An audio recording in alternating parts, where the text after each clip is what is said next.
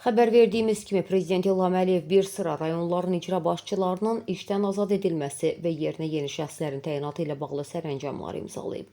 Bütün təyinatlarını icmalı olaraq bildiririk ki, Kürdəmir, Göyçay, Göygöl, Naftalan və Gədəbəy rayonlarının icra başçıları vəzifələrindən azad olunub.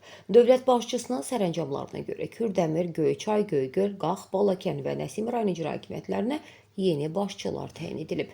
Müvafiq sərəncamlara əsasən Kürdəmir rayon icra hakimiyyətinin başçısı vəzifəsində Elşən Həsənli Elxan İbrahimovu, Göyçay rayon icra hakimiyyəti başçısı vəzifəsində Orxan Mürsəlov Natiq Ağayevi, Göygöl rayon icra hakimiyyəti başçısı vəzifəsində Vüqar Novruzov Elvin Paşayevi əvəz edib.